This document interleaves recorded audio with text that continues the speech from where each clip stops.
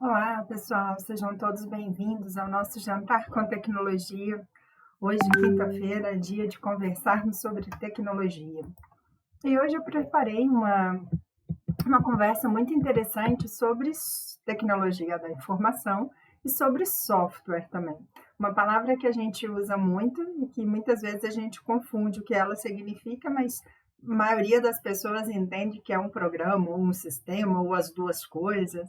Então, vamos conversar um pouquinho sobre isso hoje. Bem, para falar de tecnologia da informação, refere-se ao uso de sistemas computacionais, né, que são softwares para armazenar e processar dados e transmitir dados. Então, tecnologia da informação refere-se, né, a esse uso da computação, da informática para manipular, armazenar, processar e transmitir dados. E ela é fundamental em diversas áreas, né? A tecnologia da informação, como negócio, educação, saúde, segurança, informação, comunicação, porque ela permite a automação de processos. Então, a tecnologia da informação consegue transformar processos que a gente poderia pensar que são manuais em processos que a gente pode realizar por meio do computador, por meio da informática. Então, isso é automatizar processos e a análise desses dados de uma forma eficiente. Então, a tecnologia da informação, e hoje a gente até usa tecnologias digitais da informação e comunicação, ou tecnologia da informação e comunicação também. Mas a gente não vai entrar nesse mérito aqui. Vamos resumir tecnologia da informação como a arte de manusear a informática a nosso favor. Vamos pensar assim, né? Vamos utilizar tudo que a informática tem, tudo que a tecnologia, tudo que a informação tem a nosso favor. E seja em qual área, né, que a gente precisar, como por exemplo saúde, educação, transporte, comunicação e por aí vai. Então vamos falar de software. Essa palavra a gente usa muito e na computação, quando a gente estuda computação né, nos cursos de graduação, a gente sabe que software é uma sequência de instruções que a gente manda o computador executar, né, que é como se fosse um programa. Mas essa palavra, software, ela é de origem inglesa e ela não tem uma tradução para o português, assim, certa. Mas a gente usa para se referir a sistemas e a programas também. Só que programa é programa e sistema é system. Então, a palavra software ela fica meio aérea, assim, ela fica meio flutuante, mas não tem problema. Vamos entender como um programa ou como um sistema. Qual que é a diferença de programa e sistema? Geralmente, um sistema é um conjunto de vários programas. Cada função que a gente pede para o computador executar, a gente pode considerar que é um programa. E a junção de todas essas funções, a gente pode considerar que é um sistema. Tá? Então, um aplicativo, por exemplo, que a gente usa no celular, ele é um sistema, porque tem vários programas ali dentro. Um programa que faz cadastro, outro que envia mensagem, outro que coloca emoji, que são aquelas carinhas bonitinhas, outras que colocam outro tipo de imagem em movimento. Então, cada um deles é um programa.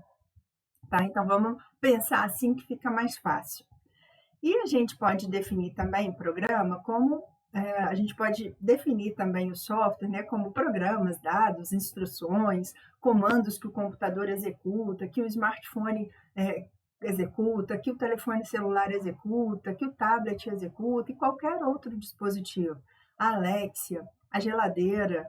Ah, a geladeira tem programa? Tem, porque quando você configura lá que é para ela trabalhar no turbo, é um programa que está mandando ela subir, mandando ela trabalhar mais, né? Gelar mais.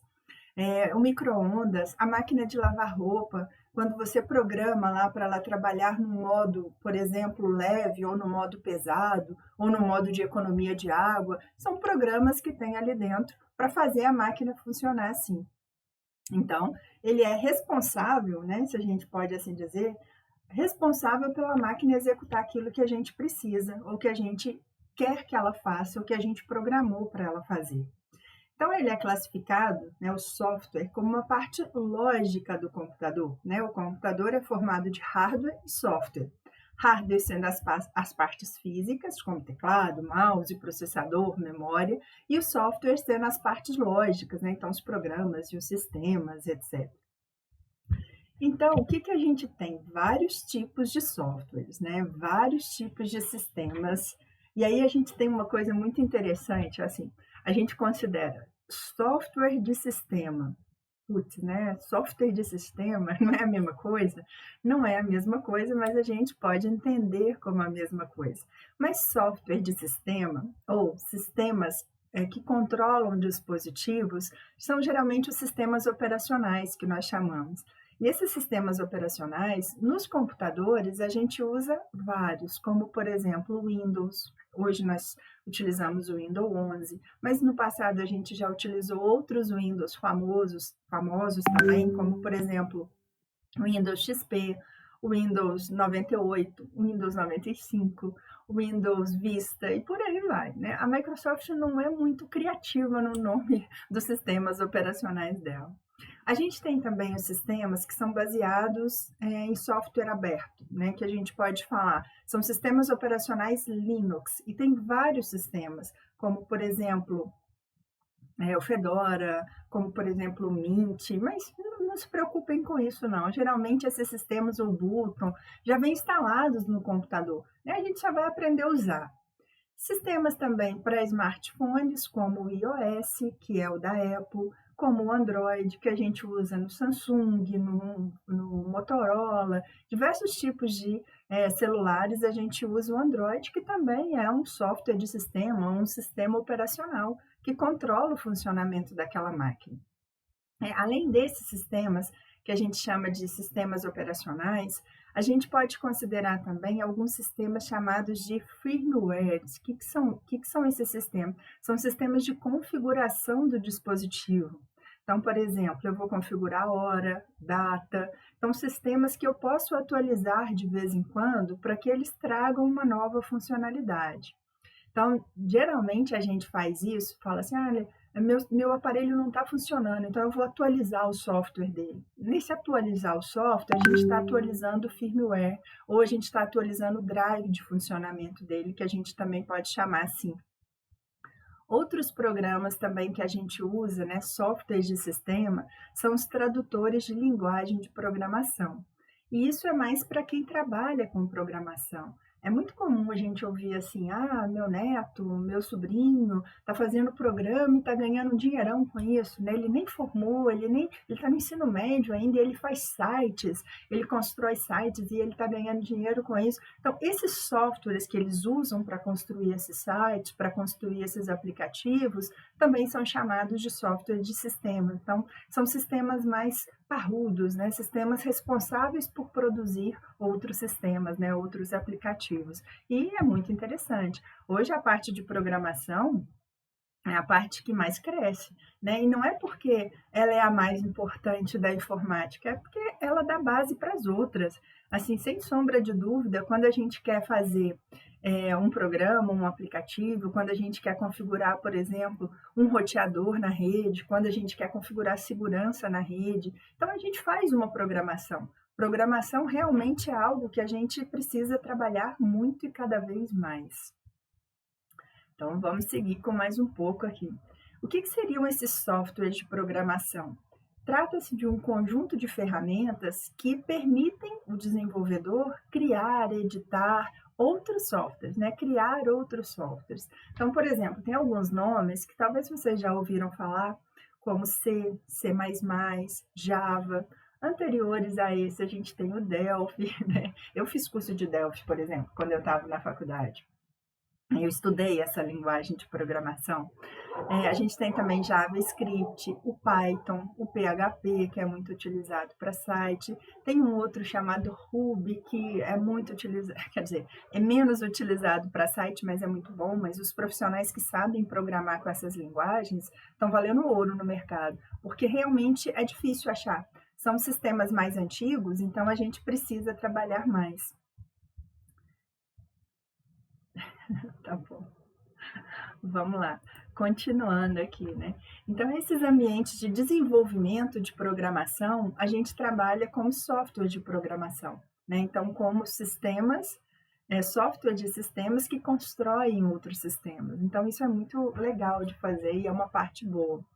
É claro que eu, como professora universitária, como bacharel em ciência da computação, como doutora em administração, eu vou preservar e acho que é importante fazer uma faculdade. Mas a gente sabe que hoje tem várias maneiras de você desenvolver habilidades e competências de programação sem estar na faculdade, sem estar na faculdade, né? Você pode fazer isso com alguns programas e cursos de treinamento e capacitação. Então, não há problema nenhum, você consegue programar da mesma forma. Outro tipo de software que a gente tem e usa-se muito são softwares aplicativos. E aí, aplicativo, geralmente, ele tem uma função específica. Por exemplo, que função específica seria essa? Imagine o Word. O Word ele tem a função específica de editar texto. Imagine um programa de imagem. Acho que eu estou meio torta aqui na câmera, né? Deixa eu corrigir. Imagine um programa de imagem. Um programa de imagem, né, ele foi feito só para manusear a imagem, ele não vai fazer outra coisa, né? Ele não vai trabalhar de outra forma. Aí, agora eu acho que eu acertei.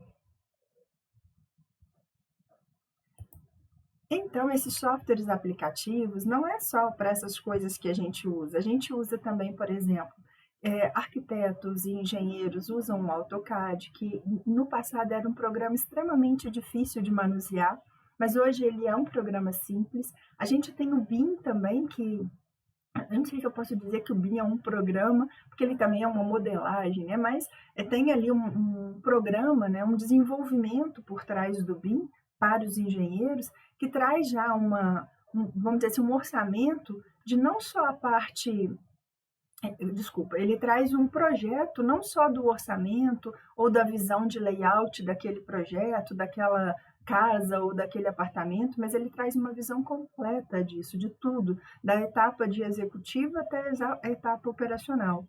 Então, ele é um software aplicativo, o Adobe Photoshop, o Media Play, a calculadora que você usa no seu sistema, né? Quem usa a calculadora do sistema, o Chrome, que é o navegador, o Mozilla, que também é um navegador que a gente usa para entrar na internet. Então, são todos softwares aplicativos. Então, softwares com uma função específica que eu uso para fazer alguma coisa específica. Nós temos também softwares de comunicação, e esses a gente usa pra caramba. São softwares que estabelecem essa comunicação direta e em tempo real com o usuário. Então, o mais usual que a gente tem é o WhatsApp. O WhatsApp é um aplicativo de mensagem instantânea rápida, né? Num instante você consegue fazer ele funcionar.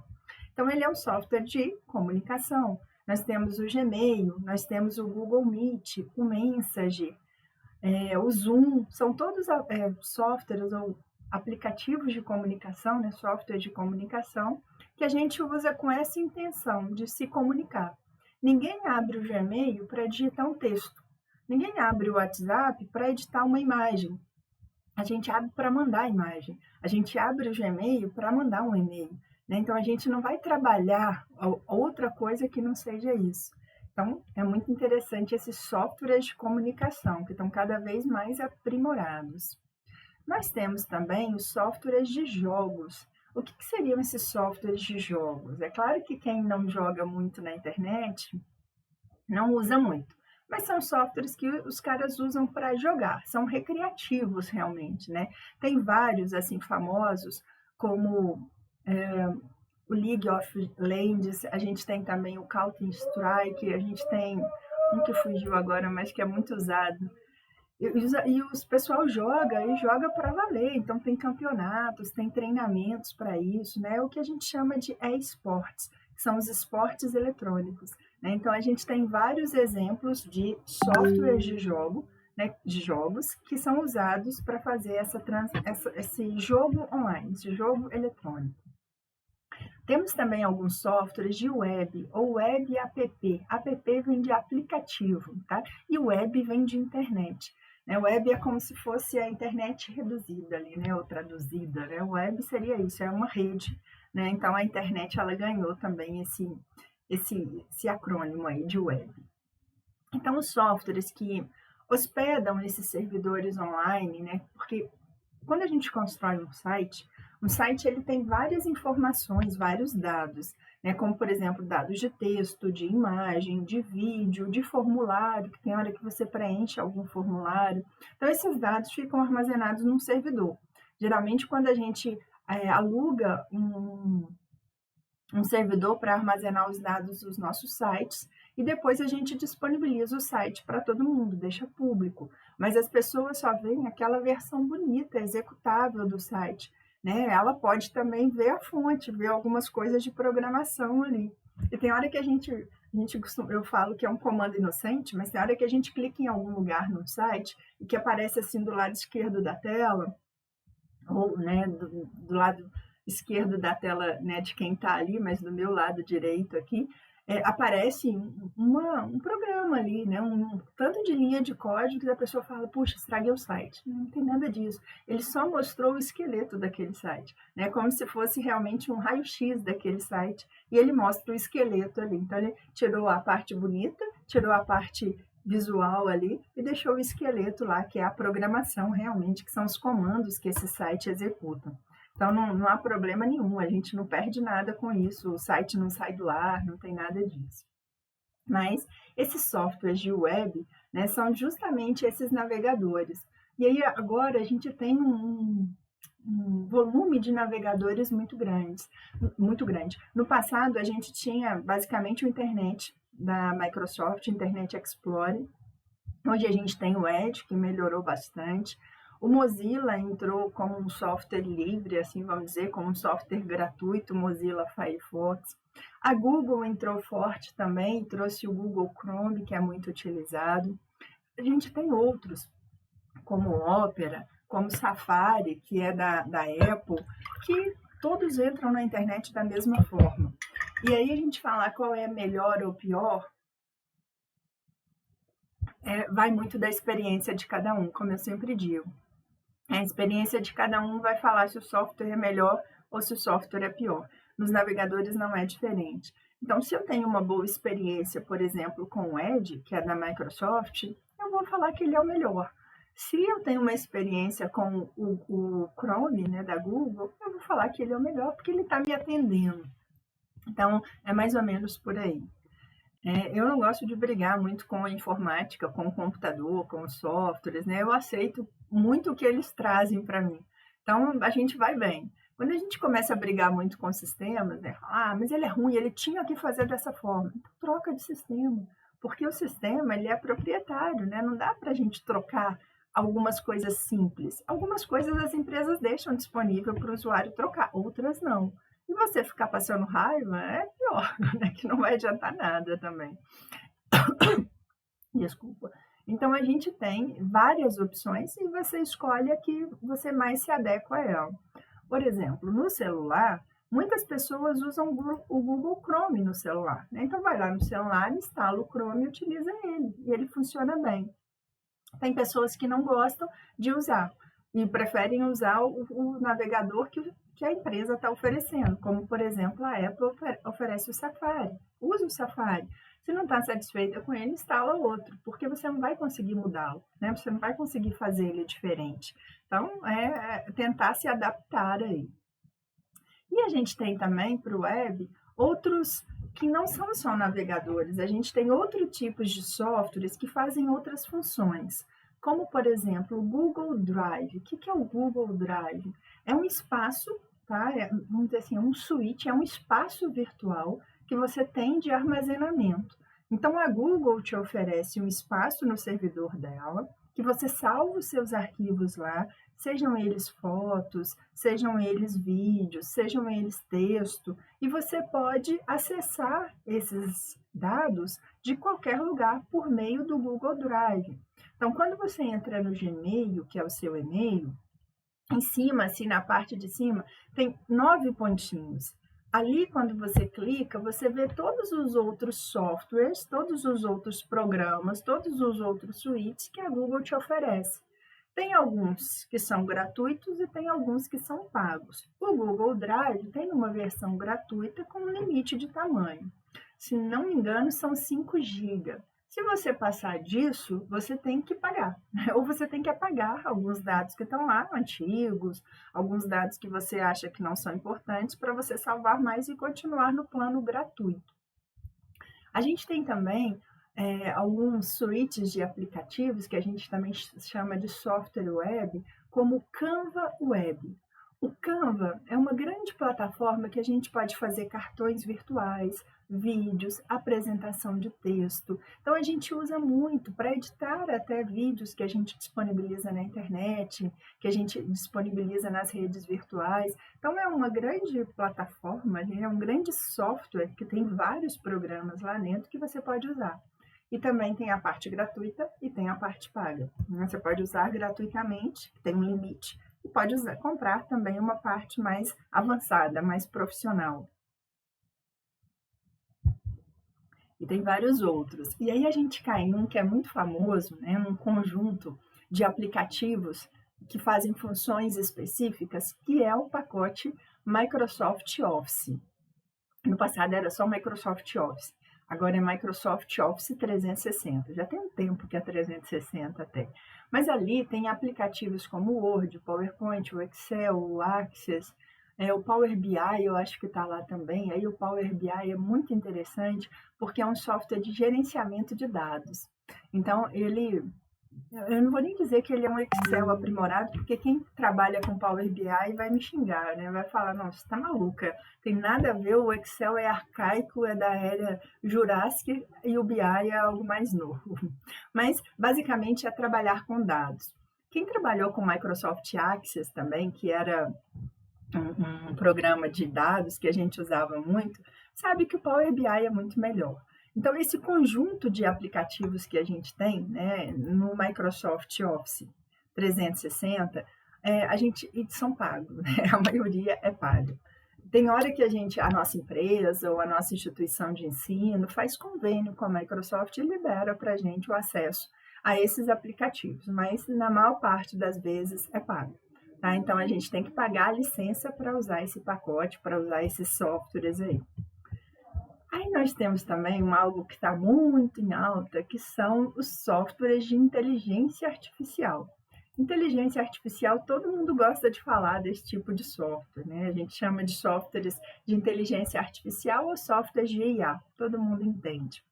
Então, são programas que simulam o comportamento humano, sobretudo na sua capacidade, né, cognitiva. Então, ele vai tentar raciocinar, interpretar, entender e responder como um ser humano e devolver a resposta como um ser humano faria. Então, como é que ele faz isso? Né? Por meio de uma combinação de um conjunto de dados muito grande e de algoritmos muito bem feitos. Lembre-se que algoritmos são os programas, né? São as linhas de código que a gente digita para a máquina seguir. E a combinação desses dados e algoritmos, esses softwares conseguem tomar a decisão de como responder ou de como executar algumas tarefas. Por exemplo, uma coisa que nos últimos tempos estava muito legal de fazer e todo mundo estava fazendo, estava achando legal e estava divulgando, era transformar a imagem da nossa família ou a imagem de você sozinho mesmo, como se fosse desenhos da Disney. Então, como é que acontece essa história toda? Né? Você insere uma imagem lá e você pede à inteligência artificial para transformar aquela imagem como se fosse um desenho da Disney. E ela faz isso da seguinte forma: ela vai lá nos dados que ela tem, vê como é que os desenhos da Disney são criados e tenta colocar isso na sua imagem. Então, para vocês terem uma ideia, um dia eu fiz isso com uma imagem da minha família e eu estava abraçada com o meu filho, né, uma na mão assim no meu filho, num dos meus filhos e o outro no outro braço. Então, a inteligência não entendeu o que era meu braço e o que era o braço deles. Então, por exemplo, o meu braço, a minha mão, as minhas unhas estavam pintadas. Ela pintou. Mas ela pintou também as unhas dos meus filhos. Ela pintou também as unhas deles porque ela não entendeu direito o que era a separação ali na foto. Então, isso pode acontecer. Ela tentou fazer o melhor possível. E é legal que a inteligência artificial sempre tenta fazer o melhor possível. Mas pode dar erro. Pode dar algum erro e sair uma imagem assim meio estranha. E aí você pode pedir para ela corrigir. Você fala: olha, alguns dedos foram pintados a mais, ou não pinta todos os dedos, talvez seja melhor deixar todos sem nenhuma tinta, que aí não tem problema. Então é assim que ela faz. E tem outros tipos de inteligência, que eu não vou dizer que é mais avançada, mas é um tipo de inteligência, por exemplo, que a gente chama de generativa, que ela faz mais ainda. Então, um exemplo muito simples que dá para a gente entender: imagina pegar essa mesma imagem da minha família e, em vez de transformar em desenho da Disney, né, transformar em Lego, por exemplo. Ou transformar... em Lego é mais legal, assim. Eu ia falar quebra-cabeça, mas quebra-cabeça é mais simples. Mas pense em Lego, né, como se fosse pecinhas de Lego. E aí, o que a inteligência vai fazer? Ela vai analisar tudo que ela tem sobre Lego, como é que funciona, como é que monta, as dimensões, para tentar transformar cada pedacinho daquela imagem em uma pecinha de Lego. Ela pode levar um tempo maior para fazer isso. Assim como a gente, quando pede para ela fazer um vídeo, também acontece da mesma forma. Ela pode levar um tempo maior, porque ela precisa de um tempo maior para analisar esses dados e te dar o resultado. Então, essas inteligências artificiais, né, esses softwares de inteligência artificiais, eles têm um poder de armazenamento e processamento muito grande, porque o volume de dados que eles usam para construir as coisas que a gente pede é muito grande. Então, e é muito caro também, por isso que na maior parte, né, cobra-se para fazer isso. Mas eles criam essas soluções assim para a gente. Além desses sistemas, né, que criam essas imagens bonitinhas e tal, a gente tem os assistentes virtuais também. Os assistentes virtuais, gente, eles não são novos, eles já existem há muito tempo. E talvez quem trabalhou com as primeiras versões do Word vai lembrar que tinha um assistente virtual do Word que era uma chatice de um clipezinho que ficava te reclamando o tempo inteiro. E aí a gente acabava desabilitando aquilo porque ele ficava reclamando tudo que você fazia.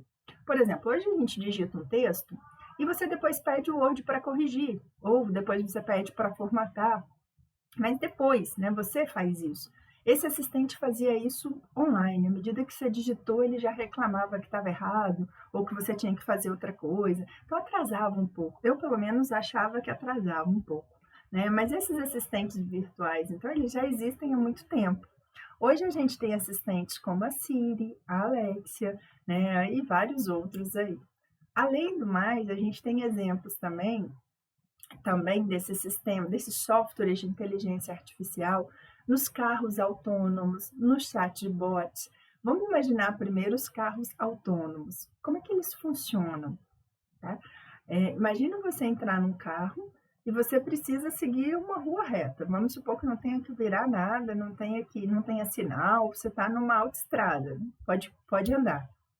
Então, você configura para que aquele dispositivo ande, consuma o combustível, seja ele elétrico ou não, né, e faça tantos quilômetros por hora. Então, ele vai acelerar naquilo ali. E se por acaso houver um obstáculo na frente dele, ele tem que frear. Então, parece que seria simples assim para fazer, né? Não é tão simples, mas é por aí. Então, a gente insere lá as informações daquela linha reta e aquele comando que é para ele seguir. Hoje, né, nos Estados Unidos e também na Europa, a gente tem, eu acho até que nos Estados Unidos tem mais, porque lá o sistema de transporte é diferenciado, né? Na Europa a gente tem coisas muito antigas, então são ruas muito antigas, prédios muito antigos, fica difícil de manusear esses carros lá. Mas o que você insere nesses carros então? Os mapas, né, para ele saber das ruas, para saber dos sinais, para saber dos problemas que pode ter. E a pessoa vai inserir a rota, a pessoa vai falar onde que ela quer ir. Olha, eu estou pegando aqui na praça X e quero ir até a praça Y. E quando ela entra no carro, o carro dá boa noite, pergunta se está tudo bem, pergunta se quer que ligue o ar-condicionado, se está bom a temperatura, se não quer que diminui, se quer que ligue uma música. Então, como um motorista, né, um chofer faria, igualzinho. A diferença é que não tem ninguém ali, né? A pessoa é virtual, está falando com você, mas funciona e funciona bem. É claro que tem problemas, sim, já tiveram vários problemas de atropelamentos, problemas graves do carro não ter parado, né? Mas foram assim, e está melhorando, a cada dia mais a inteligência melhora. Então, esses carros autônomos, eles têm ali uma programação, eu não vou nem falar que é uma programação pesada, mas é uma programação muito bem feita para eles funcionarem. E eles funcionam bem, vai bem. Deixa eu ver aqui se está tudo bem. Está tudo bem aqui, o pessoal está acompanhando, obrigada pela presença. Vamos aqui, vamos falar do chatbot, esqueci de falar do chatbot. Então, esses chatbots, o que seriam isso? São programas, são softwares de web, de inteligência artificial, que são munidos, né?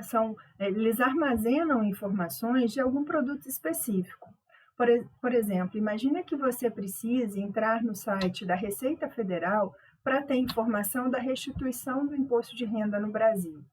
Então, a Receita Federal já coloca para você disponível lá no chatbot assim, o que você quer fazer?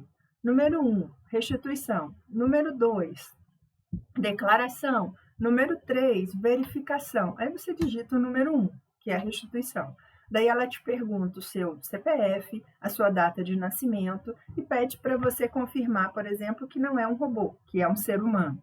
Então, ela vai lá e checa essas informações e te dá as informações da sua restituição. Por exemplo, a sua restituição está na base de dados, ou a sua restituição está programada para ser paga no dia tal. Então, isso tudo, ela não precisa de ser humano nenhum para fazer isso. Então, isso já está programado e o sistema vai consultando. Então, veja que ele vai conversando com você, você vai dando as informações que ele precisa para buscar no banco de dados e ele te responde, e funciona bem. Então, esses chatbots, né, são exemplos, eu acho até que são exemplos de assistentes virtuais, né? Só que eles têm perguntas e respostas previamente programadas, previamente armazenadas para tentar te ajudar. Em um determinado período do tempo, se ele não consegue te ajudar, ele te passa para um colega humano. Eu acho ótimo quando ele fala, vou passar para um colega humano, porque ele realmente não te entendeu ou não sabe.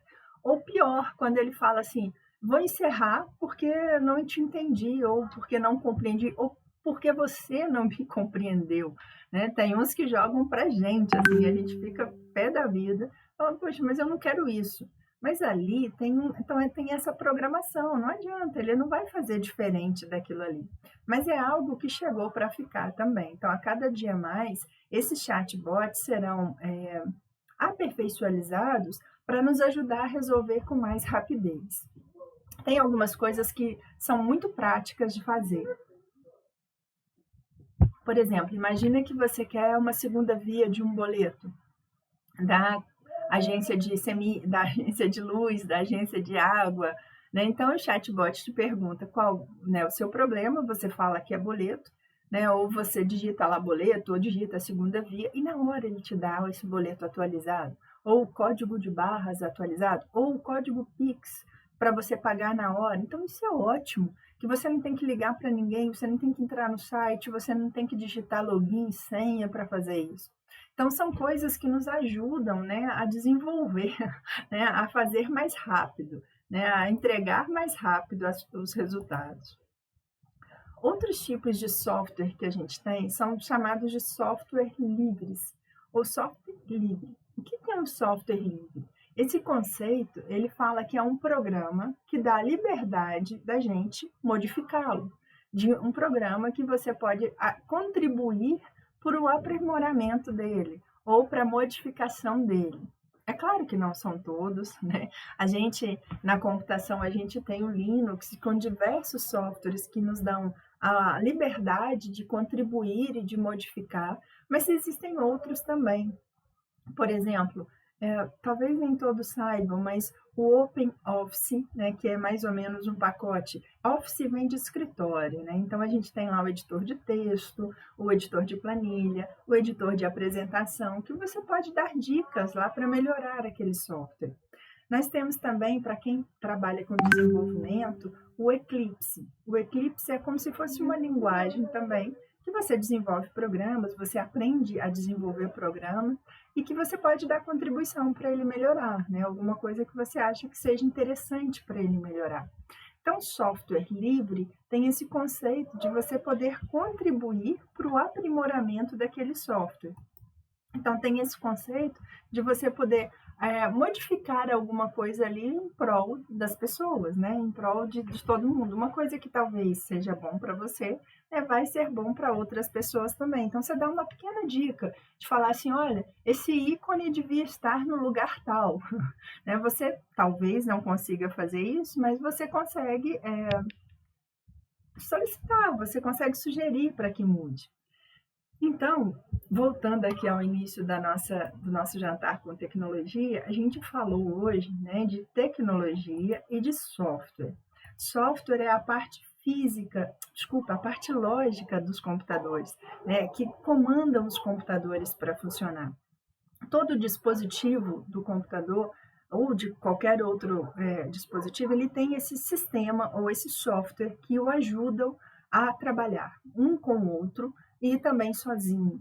Então, esse software, no passado, talvez vocês vão lembrar, a gente comprava alguns dispositivos e eles vinham com um CD, vou voltar mais um pouquinho, com um disquete de instalação, com um CD de instalação, ou com um link de instalação.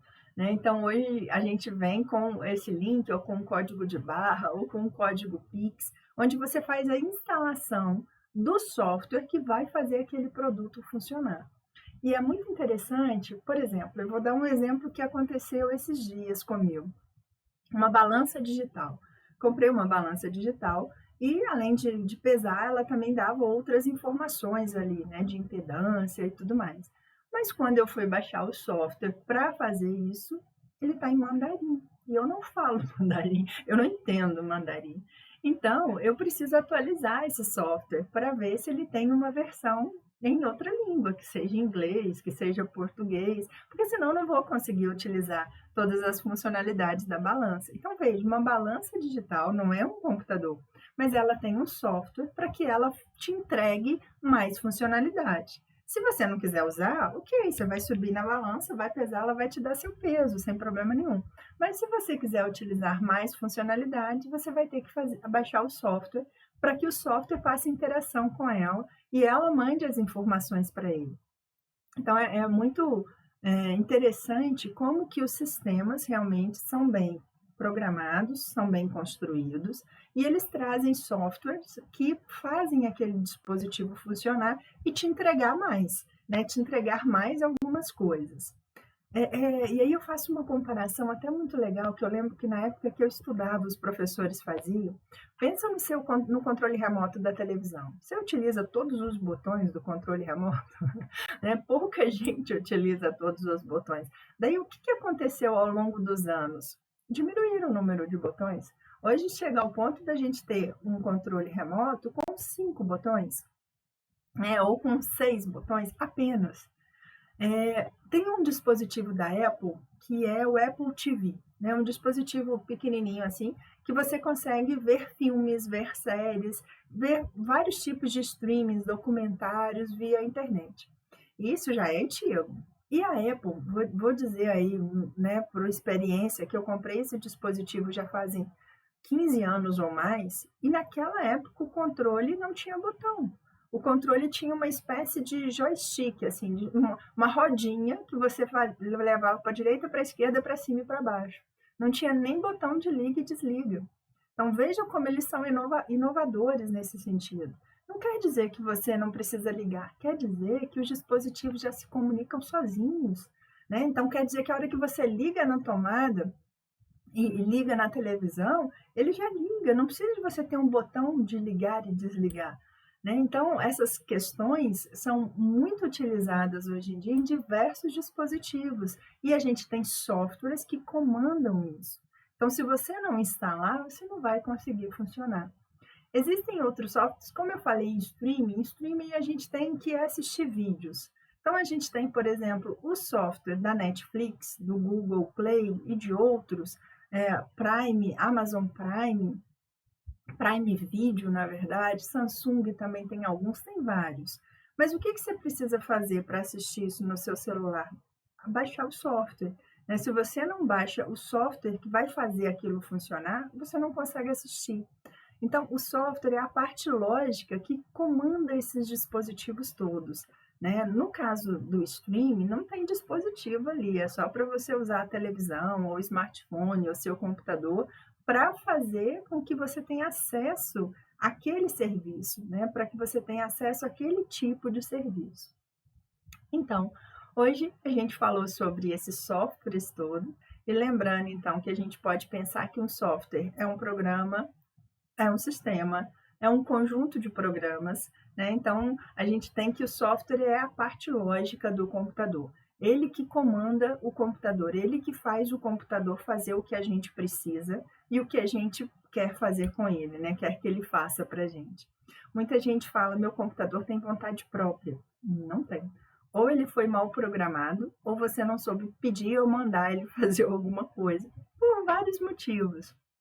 Ele não faz sozinho, né, ele não é uma inteligência artificial. O computador, ele faz exatamente aquilo que a gente programou ele para fazer. Então, ele não tem essa inteligência artificial. Aí a gente fala: "Não, tem sim. Eu acesso a Alexia por meio do meu computador, eu acesso a Siri, eu acesso a Gemini, eu acesso o Chat GPT, o GPT-5 por meio do computador". Legal. Isso não está instalado no seu computador. O seu computador é teclado, mouse e o sistema operacional e o navegador que te leva para esses sistemas de inteligência artificial. Tá? Então você precisa entrar no site para fazer isso. O computador em si, ele tem os softwares programados, é como se fosse uma coisa estática, tá? Uma coisa estática que funciona só daquela forma, diferente de inteligência artificial, dos softwares de inteligência artificial, que eles realmente têm muitas opções de fazer algo mais, de pensar, de te dar opções de resposta. Mas então a gente sempre estuda software, né? Porque são os sistemas ou programas que fazem os computadores funcionar. Pessoal, muito obrigada e até o próximo Jantar com Tecnologia.